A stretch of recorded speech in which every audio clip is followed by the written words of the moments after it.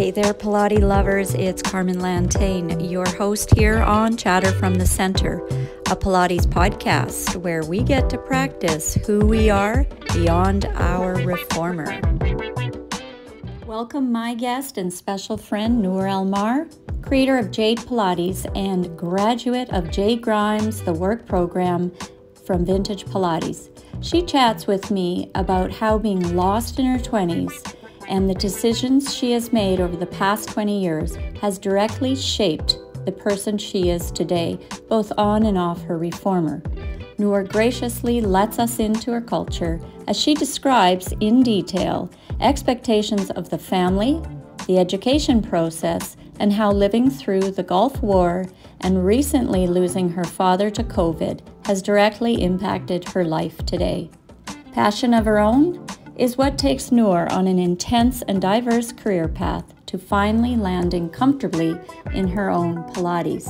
Join me now as we chatter from the center with Noor Alamer. So my guest here today on Chatter from the Center, a Pilates podcast, is my good friend Noor Alamer. And as I said, she comes from a place far, far away from me. I'm in Canada and Noor is in Kuwait. And I always think like this, it's the country of Kuwait, but you live in Kuwait City. Is that right? Or yeah. No, but you live in the district of, what's the district name of Kuwait City that you are in? We don't have districts. It's called like an area. An area. So it's, but I live in Kfan area. Oh, it sounds like a lot of fun. Kfan. I was so lucky before the lockdown to visit with you, Noor, and man, I don't know about you because you've been back and forth to the States many times, like since you were in university, right? So you're used to coming to the Western side of the world. But for me, it was a whole new world. Now I had been to Istanbul and in Turkey and that, so a bit of that Middle East kind of feel, but not like it was when I came to Kuwait.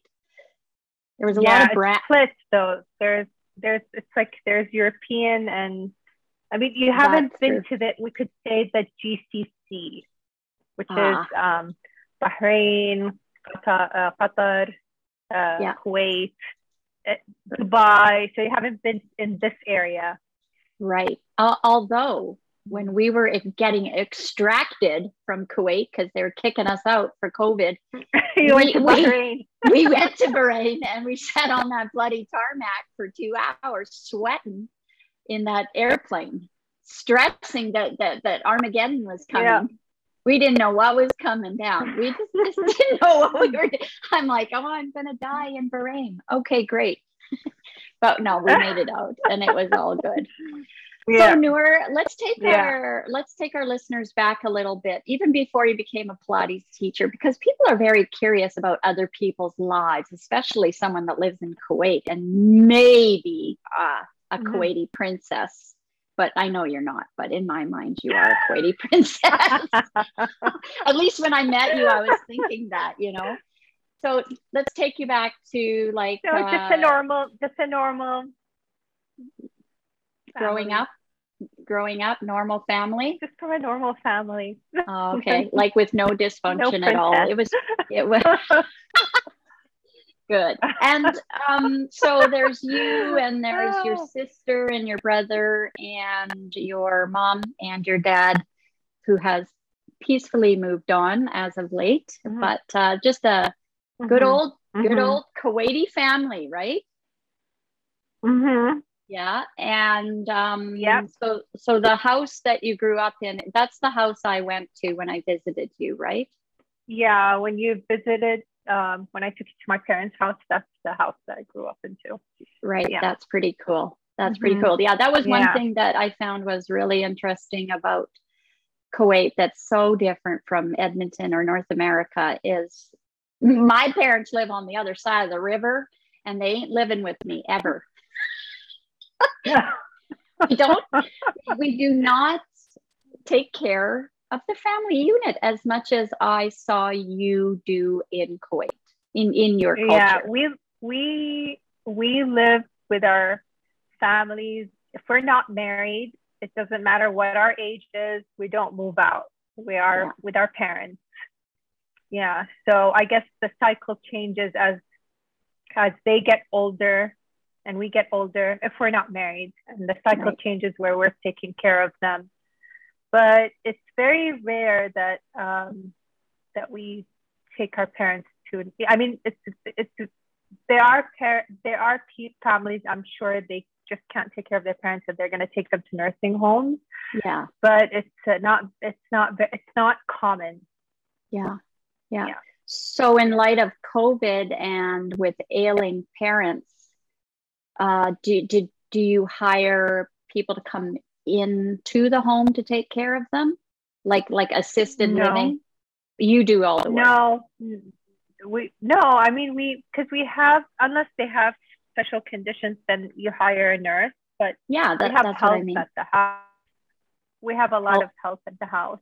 Yeah. Oh, wow. Yeah. Now, like in our COVID lockdown here, my in-laws, my father and mother-in-law, they were shut down away from us for months. And with my mother being my mother-in-law, you know, she's older, and she just didn't even know COVID was happening, but why aren't we coming to visit her? So there was a lot of deterioration in people's well-being here in Canada because of how we, I'm sure. Yeah, how we handle the family unit and live our lives separately. Like it's like when you expire, you're going in the old folks' home. And that's just not really. Well, but the North America or American, the States in general and Canada, they're huge, they're big. So you're gonna have your families apart, but our country is very small. Right. So I mean, my parents live 10 minutes away from you. So it's very easy to. So it's very easy to. I mean, I don't have anything to do. Oh, let me just go visit mom or dad, you know, and just hang out. Yeah. Yeah. So. Yeah. And my grandmother lives at my parents' house now. Yes, I met her. So my mom. Her. Yeah. So she's there all the time, especially after my dad passed away last year. So she's been with my mom, so she doesn't leave her alone. Yeah. Right. Yeah, that's really cool. I liked going to visit when we would have our break or finish at the studio. We would go over to your parents' house, and I always enjoyed the tea and the sweets table. Like, you see, our life is all connected. I mean, we don't have just work. I guess for us, family comes first. Our life comes first. The enjoyment of life comes first.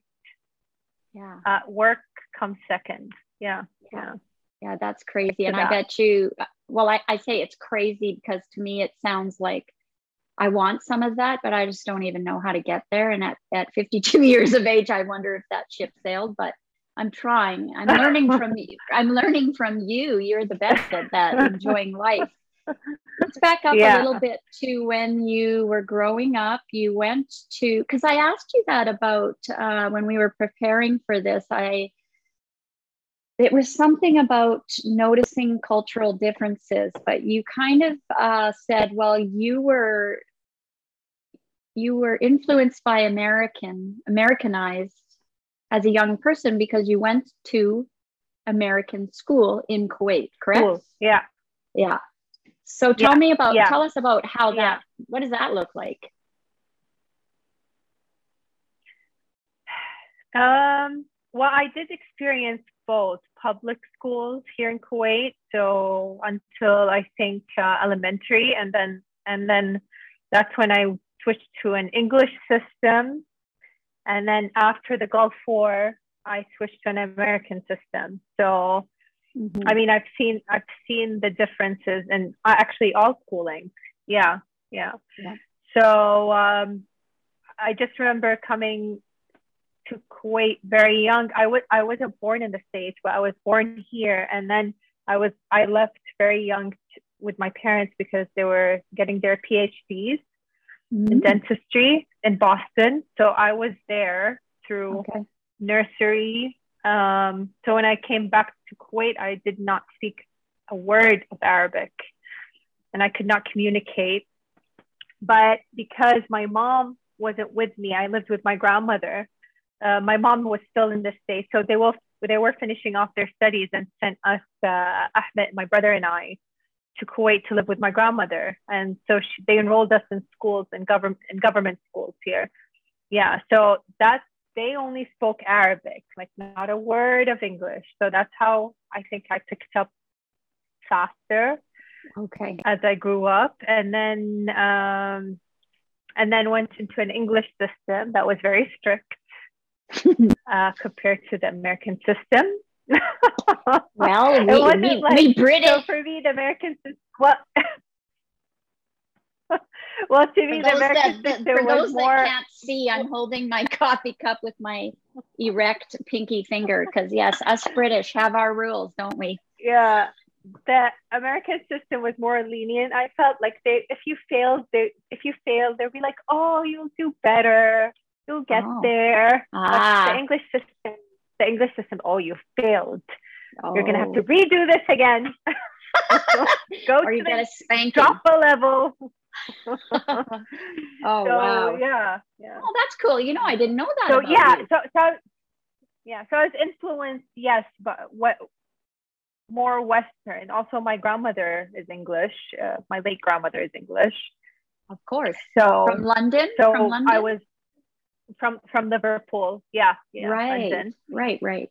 So we always. I mean, we were always exposed. I mean, we went to London a lot. We went to the States. So it wasn't a big culture shock. Like when I went to university, it wasn't a culture shock. Unlike my husband, who was completely a government system, who lived in Kuwait all his life. Right. Yeah. So. Right.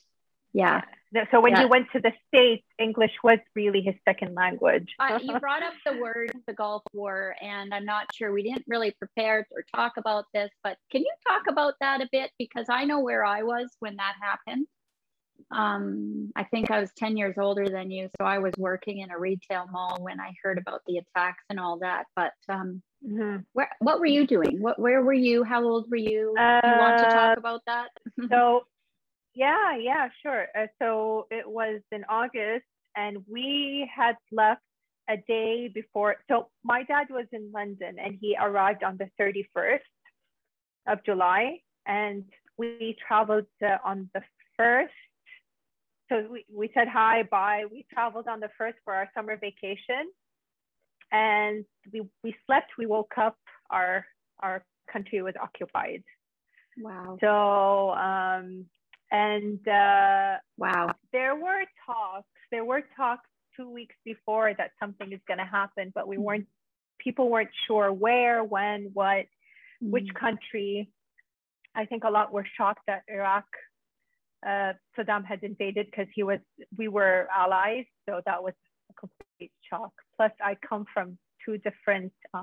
My mom is Kuwaiti and my dad is Iraqi, so that's another thing that I have to face and go through. So, a very very good family dinner time conversations. Oh, man. Yeah. So my dad was in Kuwait. He was in Kuwait. Yeah. So his experience was he woke up and the country was invaded. So it was invaded around, I think it was dawn. Yeah. So it was around dawn. And I remember my husband talking to me about it because he was out fishing at that time, and he would see the planes coming through. Oh my gosh. So wow. Yeah. So and I was how old 11. Were you? I think 11 years. Yeah, I was 11 years old. I turned 12 in Spain when I was there. So I was in Spain. We were in Marbella. Just vacationing, or did you have a vacation home there, or was it a VRBO, or we were at a family's vacation home. We were at a family's vacation home with other relatives that were vacationing too. So we were all in one house. It's a huge house that was able to cater to us all. It wasn't a pleasant experience as for me, living in that house with those other relatives. But there were differences, but I mean. And how long did you have to stay there? How long did you have to stay there before you could return to Kuwait safely? Well, it was, I think the occupation was 9 months. 8 months. Oh, I'm so sorry. I don't remember the month, but it wasn't a full year. I'm sure it was not a full year. But once it was, I think it was called Desert Storm. So that's when the Americans stormed in. At that time. To end the occupation. So that was called Desert Storm. When that happened, when Kuwait was free, my mom left right away to help with the Red Cross. Oh, yes, because she was a practicing dentist. They had a business. So she just went to help with the Red Cross. I mean, at that time. Yeah, and we stayed on with my grandmother at that family home in Spain. With the family home in Spain. And that wasn't easy also, the relationship with my mom at that time. Well, you're a young girl. That was hard. So I didn't understand why she had to leave. So but that's like another therapy session. Well, that's why we're chatting from the center. We're really getting to know each other and know how these life circumstances sort of have guided us through life. And if we can now maybe jump ahead a little bit and go into your time at USD. Now, why is it that I thought, when I was reading through your degree and stuff and all that, I thought you had a degree in, did you go to NYU at all? No, I went to Vermont University for design. Oh, okay. And where is that? It's in Maryland.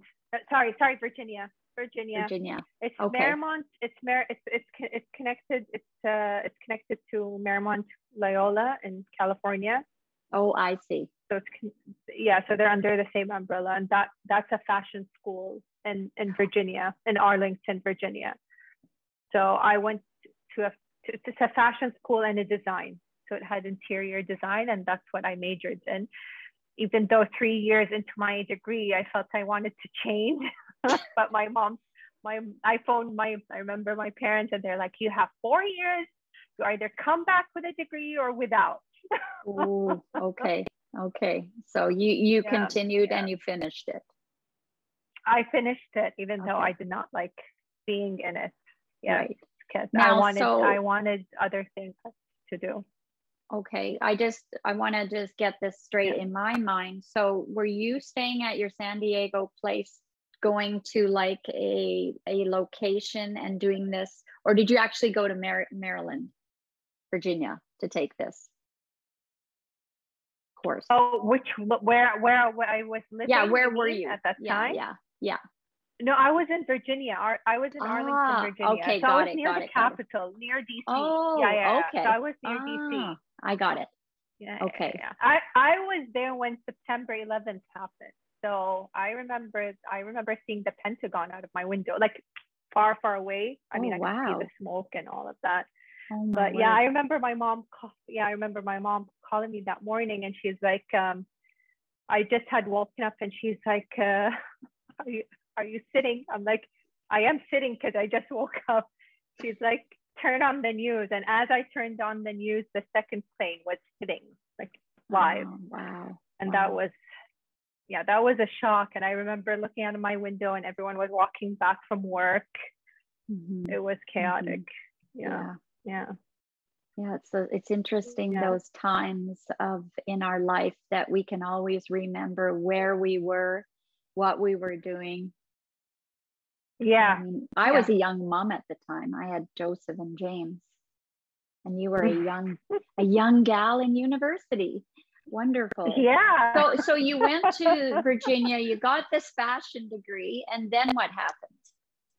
You came home and said interior design degree. Or interior design, yeah. Well, I came home. I tried to put that degree in use for 4 years. I did not like it. I wasn't enjoying my job. I knew that I wanted something to do. I knew that I wanted a passion, and it's just nothing was working out. So I think also my mom paved that way for me in a way. I mean, when I say paved, like her being my ideal woman who's married but still has her career, her passion, her job, and she loved what she did. So I think that was something I pursued, that I wanted to do. But I wasn't finding it in the field that I was in. But you have to understand that even when I applied to colleges, I applied every state, I applied a major. I did not know what I wanted to do. Yeah. I was so lost in my 20s. Oh, yeah. So, so I remember getting accepted into American University in DC. I was in communications. I was there for a semester, and then that's when I made the switch. I see. So I wanted to study art history, and my mom's like, that's not gonna do anything, where's the income and all that.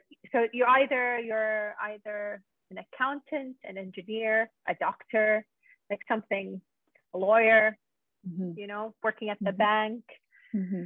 So I had to come up with, stay in something that actually made money, quote unquote. Yeah. And so but how ironic now. I'm in a business that doesn't make a lot of money. I was just gonna segue. And so when you had the family dinner around the sweets table and you told grandma and mom and dad that you want to pursue Pilates, how did this go? How did that go? So I was visiting my brother in San Diego. He was still studying there. I loved it there. And I found out that at his university, there is an extension program called, I think it's a health science certification, and it's for 2 years. So I went back to Kuwait. I told him I want to quit my job and I want to go back to the States and I want to do the certification. So to them, first of all, certification, so it's not even a diploma. So that was hard. Another thing you have to understand, in our culture, parents want to marry off their daughters at least 20, 21. Okay. So now what, you're pushing 28 or what? So I was pushing, I think, 28. And my mom, especially my mom, was freaking out. She's like, 2 years, and she was counting 28, 29, you're going to come back 30. So that was a fight on its own. Like that was major for her. So she wasn't okay that that just thinking that I might be alone, she wasn't okay with that. So that didn't sit well. But I ended up going. And then during that year when they were visiting, they were seeing how passionate I was about it, studying, and they accepted it fully, and they were happy about it. So when I applied to that school, at the same time, I was just introduced to Pilates in Kuwait. So I was introduced on a stock equipment, and the lady that was teaching me was actually Bossy trained, so not even Scott, but Bossy trained. So we did the things what I knew was Pilates, and I loved it. So when I went to the States, the minute I was settled in and everything, I searched studios because I wanted to continue. And I found a great studio, which I love, still love. Even when I look back at all the studying I did there and learning, I it's the best decision I made. Like it's the perfect studio that I chose, and it led me to where I am today. No regrets. So I called them up. I'm like, I want to take lessons. I wasn't even interested in teaching or doing a training or anything. I just wanted lessons. And I went there, and after like I think about 2-3 months into it, I was training with the owner. And he told me, we have a teacher training program and it works perfectly with what you're doing right now, because I knew, because we were talking a lot about the program I was doing. Mm-hmm. So I think the word coincided. Yeah, it coincided with one another, or it intersects, you know? Intersected, yeah. And and he said the program is 2 years. I'm like, oh my God, it's meant to be, because that other program is 2 years. You're not going to be pushing 32.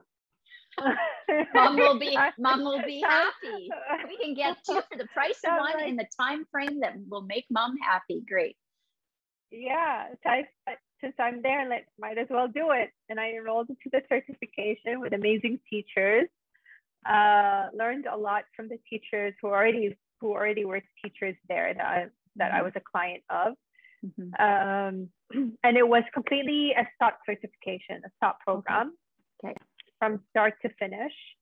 I don't remember doing anything weird at the studio, like nothing that's not what's in our program, or and to my understanding, like looking back at the manuals, the STOT program that I studied, yes, it was contemporary, but it was the closest to me when I look at the movements that we're doing today. I think it was the only contemporary program that was closest to the classical, because what's her name? Meredith. I don't know how to I'm saying her name right. Yeah. So she was Romana trained. So I think she based her training on that. The only changes that were not changes, there were no changes done. The only, I could say, additions that were put in are either breaking down of the exercises, called modifications, which they have included in there. So there were a lot of modifications, and you could call, say, pre-Pilates stuff that was there. So then I just took that, done with it for 2 years, and then moved back. And then you said, Mom, Dad, I'm opening a studio. Yeah, they were so happy and excited about it. And it's right above your house, right? It was actually, I turned my, so I think my parents came to terms that I might not get married. So they built me an apartment on top of their house. Okay. Thinking I might stay forever. That's it. Yeah. So I went back. I turned my studio apartment into a Pilates studio. Okay. So I only used my room to sleep in, because I usually hang out with my parents anyways, and I didn't need that much room. So I turned it into a studio. Wow. That's kind of cool. Saves on a lot of levels. Time. Yeah, like running and worrying about running. Yes, and running back and forth. And now that I'm doing that, because my Pilates studio is in a different place, now I see the beauty and the significance of having a Pilates studio actually at least attached to my house. Yeah. Especially with what happened in COVID. Yes. I think future-wise, when if I build a house, I will definitely have my studio part of my house. Yeah. Not in my house, but definitely a section either on the roof or on the side. Because COVID made me realize that Pilates is not something I just teach, it's a part of me. And yes, I did bring the reformer home. I did have a mat, but I was missing the other pieces that I could not bring, which is the Cadillac, the ladder barrel, and all of the other goods. And I felt how much my body needed the system, not just one thing. Yeah. So, and I wanted to move my body every day, and I needed those things. So that's when I felt how important it is to have the equipment with me and not apart from me. Yeah. I remember because I had aligned Pilates in my home for many, many years until 2018, 19, I moved it to the space we have separate from our house because we sold our house. And I always thought that I was seen as having this hobby thing in my home.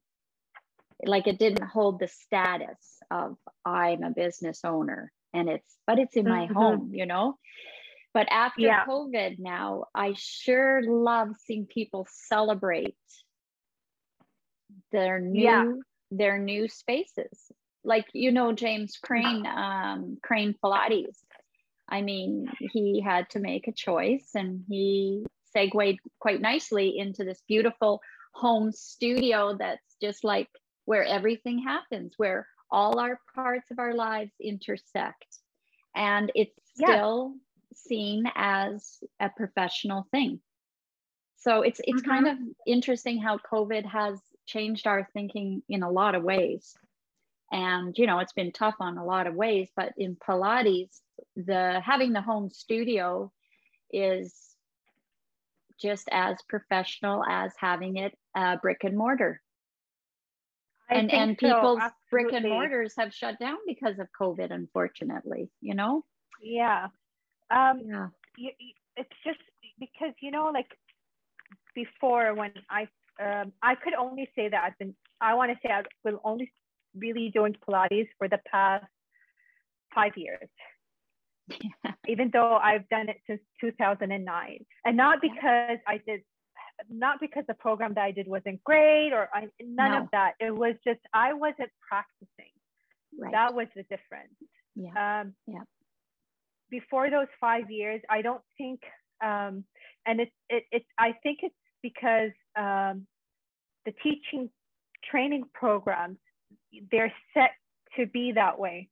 So they're not set where you're doing it for 5-6 years until you get into your body and understanding it. I mean, these studios need to make money. They don't have the time to keep those students for all those 5 years. Those students, we need to move on. We have jobs.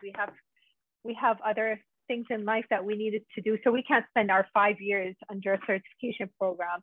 But I think it was what I realized. I think it was my responsibility after a teaching training program is to grow. To grow and to find those outlets, to find what would benefit me and make me grow. And I think that's what was missing is I wasn't practicing enough in my body to understand it because it was a separate thing from me. It wasn't for me, like right now, I call it's part of my movement where before it's exercise or a workout. A workout, you know, it's something that's external, not internal. And because I wasn't practicing, I was teaching more. I was spending more time doing other stuff to sweat it out or to get my body strong or to be ripped and, you know, and lean. So I was doing other ripped. So I was in the gym. I was doing other forms of exercises. And to me, Pilates, was different. It was stretching. Stretching. Do you remember when Jay said he made the comment?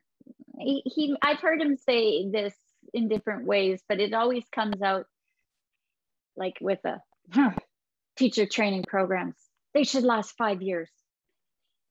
You know, 1 year and you're a professional. What is that? You know, I'm really plagiarizing what he said. Or not plagiarizing, what's that, making stuff up. But you know, he was the one that kind of, you know, working with Vintage and with Sandy and Karen and Jay and all these wonderful teachers. You and I have had long conversations about this, but we are seeing, and we have our own teacher training program that you and I are launching as Aligned Pilates and Jade Pilates together, called the program. That was, you know, yes, it lasts a year, but it's going to be just the toe in the water for our students. And then, you know, I think we're doing a disservice of giving people certifications and diplomas and degrees and then sending them off on many levels. It's almost setting them up for failure to try and promote a business without any business sense background, or not even that. It can be lopsided. Someone who's very business minded, who's done a certification, they go out, they advertise, their Instagram looks perfect, their, you know, all that looks perfect, and they are not training. It's not in their body. They are sort of at, like, you know, they have the tough client that walks in the door, they have no experience. So, and then it can go the other way. You know, you stay with someone for a long time and you practice and you mentor with them, but then you don't have any business sense. So they don't teach you any of this in Pilates school. Yeah, but we have to, yeah, go ahead.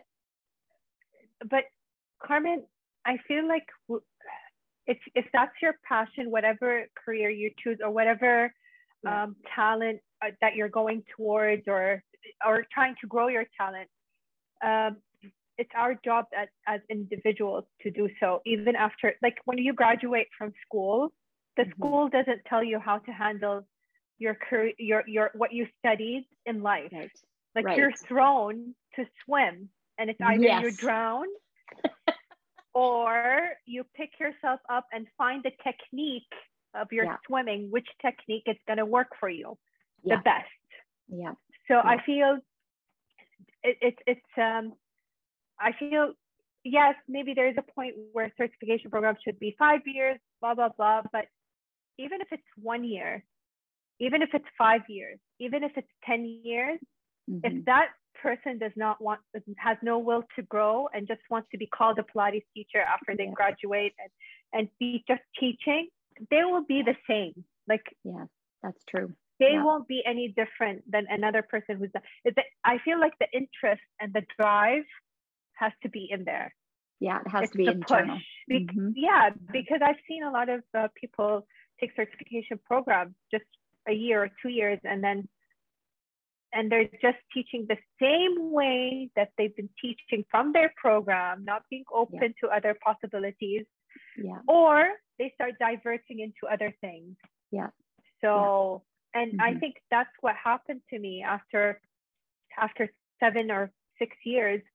I started to get bored of what I was doing because I felt I wasn't growing. So that boredom sometimes, I think most of the time, is a good thing. When you get that feeling of boredom, it's a sign from the universe that you need to be pushed to go towards, to seek. Yeah. So I think boredom is a blessing. It's not something that we should be afraid of. Yeah. I think boredom, I think from boredom comes growth, I feel. Well, so you know, because of that, it's, no, go ahead. I was going to say, it's so funny you say that, because when I was talking with Wade, Proper Pilates, or the Contrology coach, our buddy, we were texting over Instagram, and he's like, I said, oh, you're going over to, you know, moving and blah, blah, blah. And he said, yeah. And I thrive on newness. And I was like, yeah, so do I.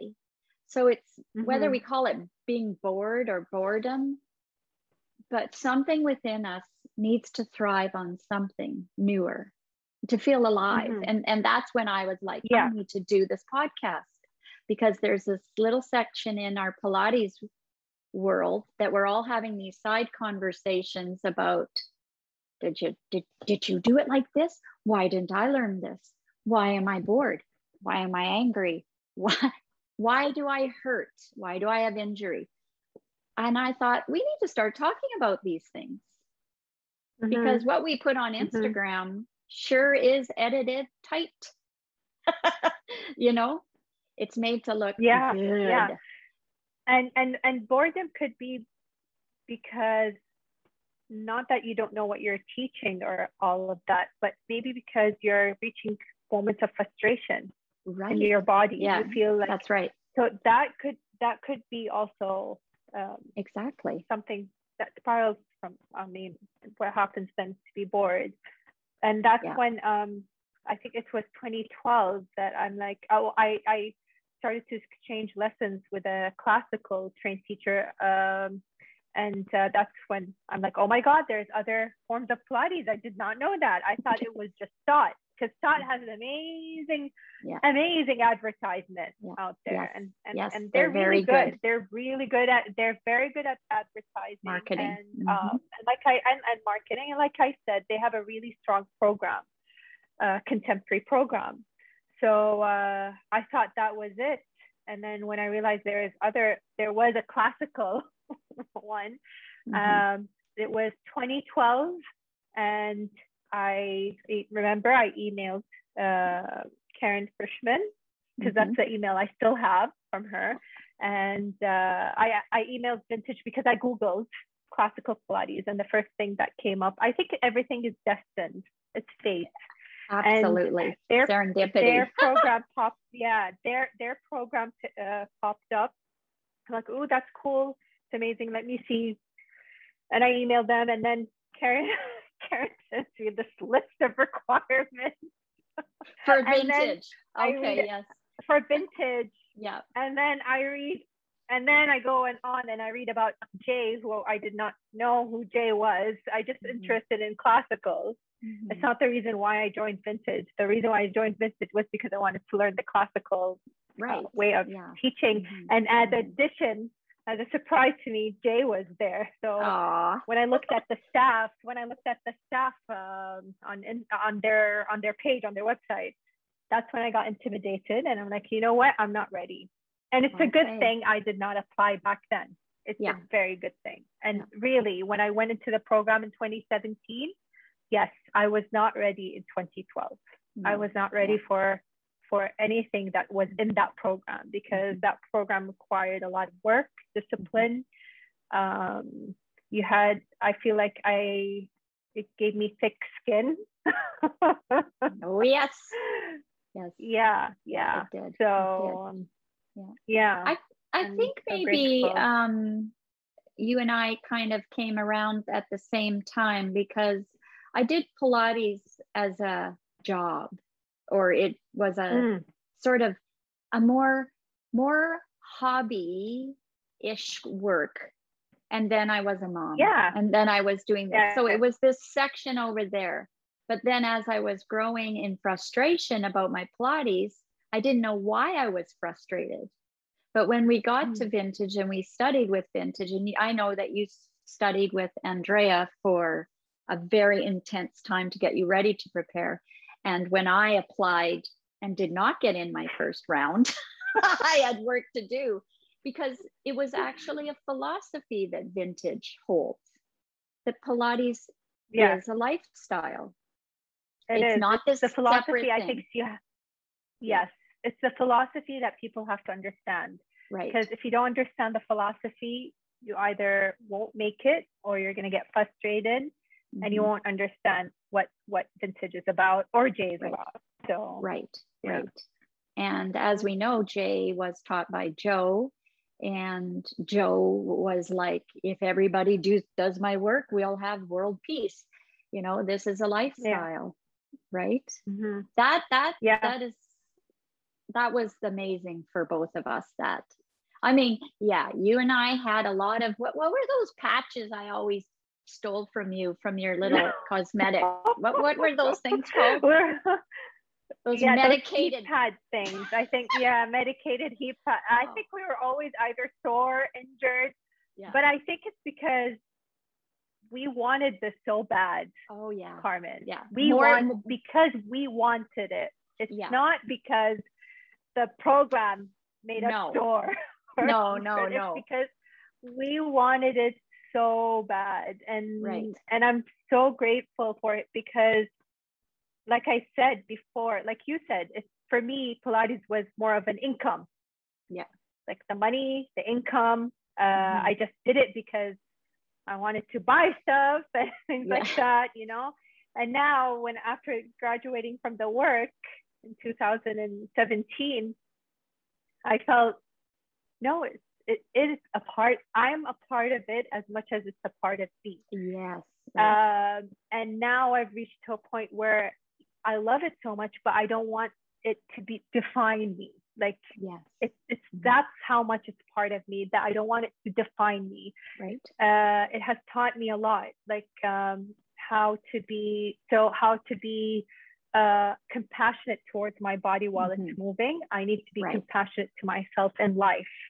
It taught me how to be gentle with myself in movement. It taught me how to be gentle with myself in life. So beautiful. Yeah, it has taught me a lot. Like it's just my life and Pilates just came together. Yeah. So the Pilates has really melded with who we are, and then we just go out into the world. And Joe really wanted that. He wanted us to go beyond our reformer into our daily life. I mean, that light bulb just has recently come on in my mind, because I remember I was having a lesson with Lori Coleman Brown the couple weeks ago, and I said, you know what, Lori, I'm going to let you in on something. And I can't believe I'm saying this live for everyone to hear, but I was like, I'm scared I'm going to lose it. And she said, Carmen, you wouldn't lose it if you tried to lose it. It's in our bodies. Yeah, that's what happened to me when my dad passed away. So so for anyone who's listening, my dad passed away. He got COVID in September last year, and we lost him suddenly. So it's not like he went in a coma or anything. He was in the hospital for 9 days because his oxygen level went down, and he was conversing with us, talking, everything, and just on 17th of September, we just lost him suddenly. And so that was a big shock for me. And I just did not know how I will navigate life after that, because I'm so overprotective about my well-being, I'm such a planner that even though I did not go through the process of grieving, I immediately the second day emailed my therapist and told her, who I haven't seen since 2018, told her, because in 2018, I also went through something, but which I believe, like I said, everything is destined. 2018 prepared me for my dad's passing.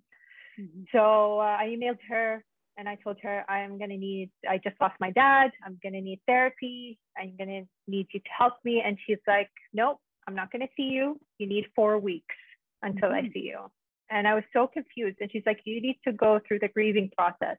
You need to go through sadness, anger, all the grieving process you have to go through before I can see you. And as I went through the grieving process, and with the support of my family, my brother, and my husband, I just felt after that, like, I just don't need it. I never contacted her again, but I just took the process on my own slowly. But coming to Pilates, yes, I actually not afraid that I was going to lose it. I was afraid that I lost interest in it. I did not want to be on Instagram looking at other people's Pilates. I actually went through resentment towards every people's Pilates, even my colleagues from Vintage. Like, I did not want to see anyone's post. I just was not interested anymore, and I just didn't want to do it. And I remember talking to Andrea about it, and I took a break from Andrea during that time, and she was so understanding. And then when I emailed her, I told her I'll take it one day at a time. I just want to do one lesson, just see how I am, and then I might continue, or I might take a longer break. So I did not know, because I just, at the same time also, I didn't want to I did not want to have Pilates and my grieving process together, where it reminded me of my dad's passing. Like, I didn't want to force myself into it. I didn't want to attach my emotions of what's going on with me to Pilates. So it's something that I've loved so much. But yeah, I didn't know if I was going to come back to it even. Like I had no clue. I was just completely lost. I did not know what I wanted to do next. So, but then just one class after the other, and then taking a class with Westwood Pilates with Ken just got me into it. And it was so weird because I don't think any of my Pilates colleagues knew that my father passed. Not everyone. Just you, I think, Sandy, the process, my group of the process. And I don't think Ken knew anyways. I don't even know if Ken knows, but the way he left me alone. Like he was not picking on me. And I feel like you reach to a point in your Pilates practice as a great and I think he's a great teacher. That's I was just gonna say that shows as a great wisdom. Teacher. Like right. Yes, it's wisdom. Just he knew probably my body was not ready to be picked on at that time. I don't know what it is. And I think I told you once and I phoned you, I'm like, it feels like Ken knows, but he doesn't know. Well, often, Jay has been, I've heard the criticism that Jay doesn't say much. He just whatever. But I think that's the wisdom in Jay. He knows how you're doing in the heart from looking at the body. Yeah. Right?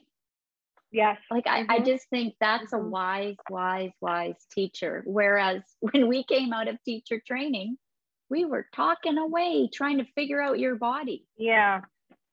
And even Andrea was so great. Like the first couple of lessons, she was just, we were chatting, we were talking about other things as I was moving, but she was not picking at me at all. And if I needed to end the session early, I'll end it. But like, I felt safe with these teachers. And also being in the process the first time.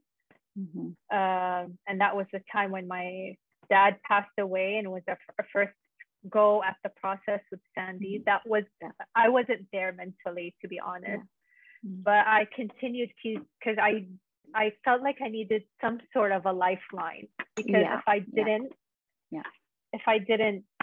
I might have lost it completely. So I just wanted to have a lifeline to see if I'm still there or not with my Pilates. For those that are listening and don't know what the process is, the process it's still going. It's a 6-week back, with a couple of breaks in between.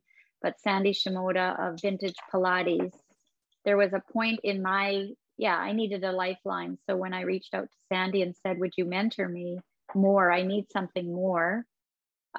She said, well, I won't mentor you, but let's try doing this idea. We'll get some gals, people together, and we'll work through some process of this. And out of that came the process.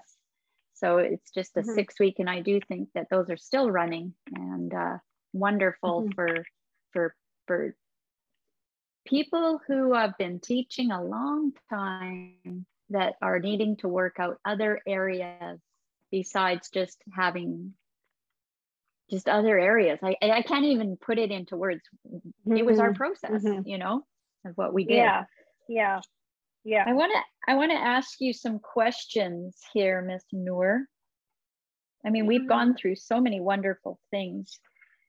Joan Blum, Joni of Joan Blum Pilates. She's on Instagram. What's her handle? At Joni something. I don't know what it is. Do you have your phone there? Yes, I do. I can't remember, but anyway, Joni is one of our beautiful sisters in Pilates that we got to know so well in the process. And she is also a grad. Yeah, Joni Blum Instagram. Joni Blum Instagram. Instagram. Yeah. Instagram. Okay. Yeah. So Joan is also a graduate of the work. She was in the last section of the 2018 graduates. She asked, and do you have that question in front of you? I should have wrote it down, but it was how do. Oh, do you? Can you read it again for us? Yeah.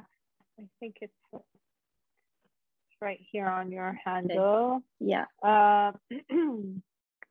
So Joni asked, do you have a secret for juggling classes and teaching and workshops and knowing how to navigate and incorporate all of our Pilates into normal life?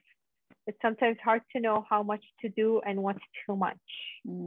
Okay, yeah, that's an interesting question. Well, I don't teach workshops, Joni, but how do I juggle, maybe you'd say, how do I juggle teaching, practicing, and life, and what is too much? And so I have gone through a journey of having fitness part of my life.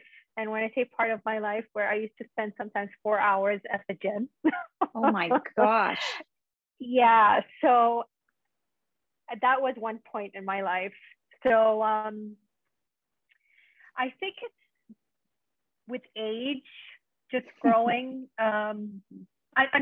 Age, not as getting older, is not what I mean, but getting wiser on how to use your body and how to use your time efficiently. And so I had to change the perspective of how I see my workouts. Where before I would say, I'll be on the sofa. I'll look at the time. I'm like, no, if I'm not gonna get in a 50-minute to an hour workout, I'm not gonna do it. Or no, I'm not gonna sweat in 10 minutes or 15 minutes. So you know what? I'm not gonna do it. And I would postpone my workouts. And I'm like, no, I'm gonna do it when it's 1 hour. And sometimes we don't have 1 hour. No. Sometimes we just don't have 1 hour, but our body wants to move, but our minds are blocking it. So and again, being in COVID and being locked down and all of that, I realized that even if I spend, first of all, I have to change the wording of stuff. So I stopped calling work. I don't like to call my job or job work. So I would, this one is a hard one, but I just avoid saying I'm going to work. I'll say I'm going to the studio. And so what do you do? I'm at the studio doing Pilates or teaching Pilates. I won't say I'm working. Right. So I changed that, and I changed also the way so with exercise, I don't say exercise or workout. I say, I'm gonna move. I use movement, or I'm gonna do an activity. So that completely changes everything for me. And my mood changes, and the way I approach my Pilates. That sounds changes. Like a great strategy, how you rephrase the language.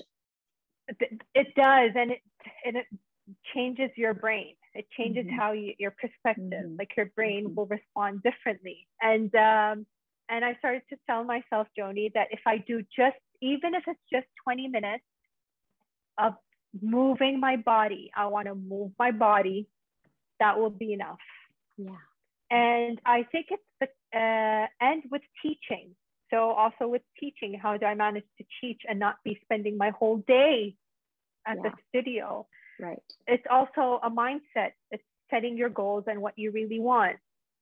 So I guess if money was the first priority for me, then yes, I'll be spending 10 hours a day at the studio teaching. Yes, money is a priority and we need it. It's our bread and butter. Yeah. But I feel like if you change the way you approach your business, I think money will flow on its own. Right. It will come. So it's something that I had to let go of and look at my business as a way, because it's part of my life. And I always remember Jay saying, if you want to be doing this for the rest of your life and not be burnt out, you should be at least working 6 hours. Yeah, you shouldn't be working more than this X number. More. Right. I know. I was like, what? It was actually, didn't you feel like a relief hearing that from someone we admire so much? I did. Yeah. And even with COVID right now, I mean, what happened? I think we survived. Most of us, we could say we survived. Yeah. As long as I have a roof on top of my head and food in the fridge and water to drink, a bed to sleep in, TV to watch, you know, my equipment to work out on, I think I'm fine. I think I'm okay. You know, so with before COVID, I was spending the whole day at the studio. So, and I would go in the morning, and then I'll have a 3-hour break, and then go in the evening. And that's because also in my head, I want to cater to everyone. I wanted to cater to the working mom and the stay-at-home moms. To the stay-at-home mom, and I wanted to cater to the working people, so who could not come in the morning to the studio because they work. And then I'm like, you know what? My clients will come to me. So I'll set the time, and yes, I will lose those other clients because I don't want to accommodate their time anymore. I don't want to be I don't want to be at the studio past 6 p.m. And I actually finish work at 5. 5 to 6 is my workout. It's my time. And even though it's a peak time that's requested and I could make money out of, but my practice comes first. So I had to block out that time. And I used to say, oh, I blocked out that time, so I'll make up that hour after my workout. So I will have someone, since I'm working out at 5 to 6, let me make it up from 6 to 7, and with that hour, teach someone. It's as if I was punishing myself for giving myself a workout. So I'm like, no, exactly. I'm not going to do that anymore. No, I'm gonna go to work when 10 a.m. is my first, sometimes 11, and I'm gonna stay there the whole day. I'll have an hour lunch break, and I'm gonna leave the studio at 5. And if I have my workout, I'll leave the studio at 6, and that's it. So that's how I manage my time, and not having a life. At the same time teaching, because I want to be doing this for a long time. I don't want to burn out. I don't want to hate it. I don't want to resent teaching or my students. I want to enjoy it and have fun. So and I get my workout in, I teach. And like I said, even on weekends, I don't force myself to work out. If it's 20 minutes, 15 minutes, just moving my body.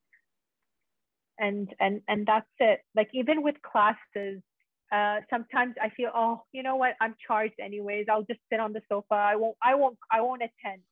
But I would, and it happened to me this Thursday, and I'm like, even if it's for 30 minutes or 20 minutes, and then log off, you don't have to do the whole session. I know, and that's such a freedom thing, isn't that? It's such a relief. And just thinking that way, it gives you so much relief and freedom, and it makes you actually want to do it. So, I know. And there's no strings attached or anything. So that's how I juggle now. That was a lot of good advice for Joan. This idea of, and I can also attest to this, because when I first met Noor, I was like so curious about Kuwait. And how do you do it? Like, do men do Pilates with you? Do men do Pilates? What does that look like? So in gyms in general in Kuwait are segregated. So men have their own.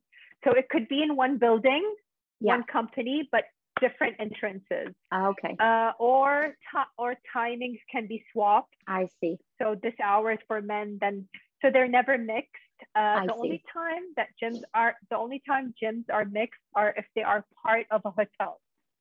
If they are part of a hotel, yes, only hotel gyms are mixed. But I teach. So men do Pilates. I do refer men when they contact me to places that are that have segregated gyms. What men and women, and they would go there. I don't see men. It's just it's a choice. And it's a choice. And mostly I see is women, and most of the requests are women anyways. More than men. But recently, this last year, I've been getting a lot of men requests. But it's culture. It comes down to also perspectives. I mean, I have to respect also my family. Maybe, I mean, there might, or my husband might not be okay with it. So, I mean, that's something I'm not going to battle with. I'm happy just teaching women. It's not worth it for me to battle. And I mean, I can teach them over Zoom if they want, but I mean, physically coming to the studio, it's just, I have to plan a lot to have the two genders come in, you know? So it's too much of my time, and it's just not worth it for me when I was putting it in numbers. So I just kept it for women. Yeah. Well, I know from my time there, when I spent at the studio teaching, the women would come in and some were in their hijab, and then they would get changed because we are all women and we're all together, and there's this level of respect. So they feel comfortable. Right.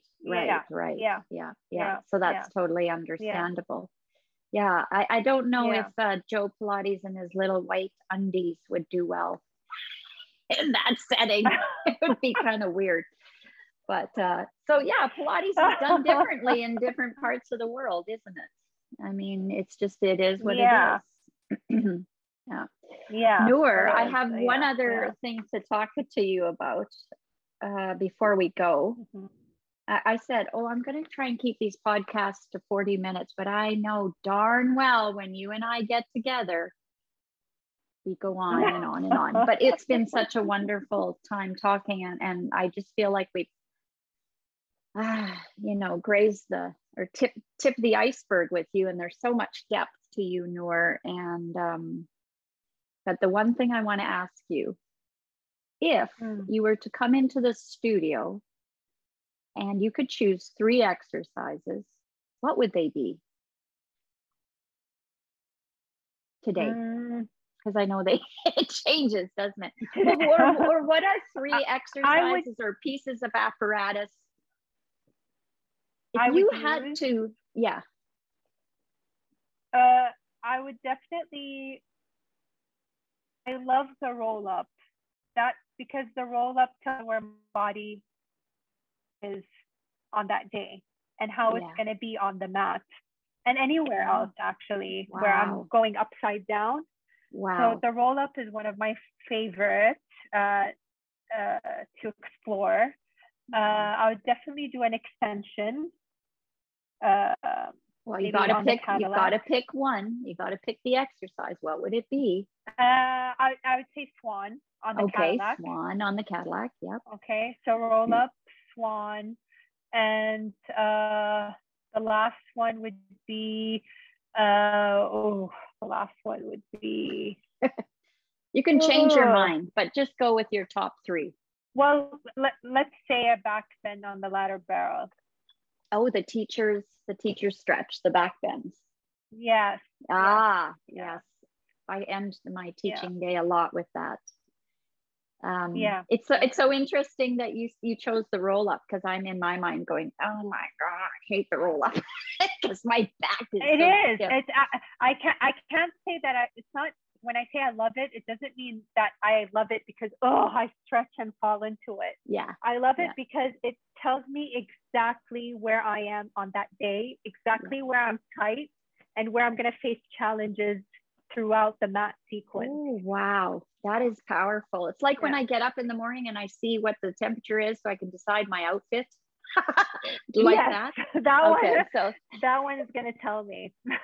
Tell you how it's going. Oh, Noor, this has been so fun. Yeah. I do have to run now because I'm going to go into my old school workout with Westwood Pilates. It was so fun to talk to you. Thank you. We'll talk soon.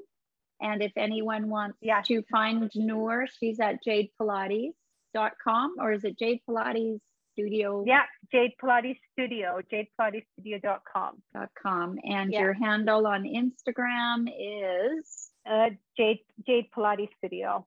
Jade Pilates Studio. Okay, well, thank you, Noor. Thank you for sharing time with me. Bye-bye. Take care. Bye. Bye. That's Noor Alamer, my friend, Pilates enthusiast, and creator of Jade Pilates, in her words, of who she is both on and off her reformer. In the next Chatter from the Center, a budding Pilates enthusiast begins her journey at age 69.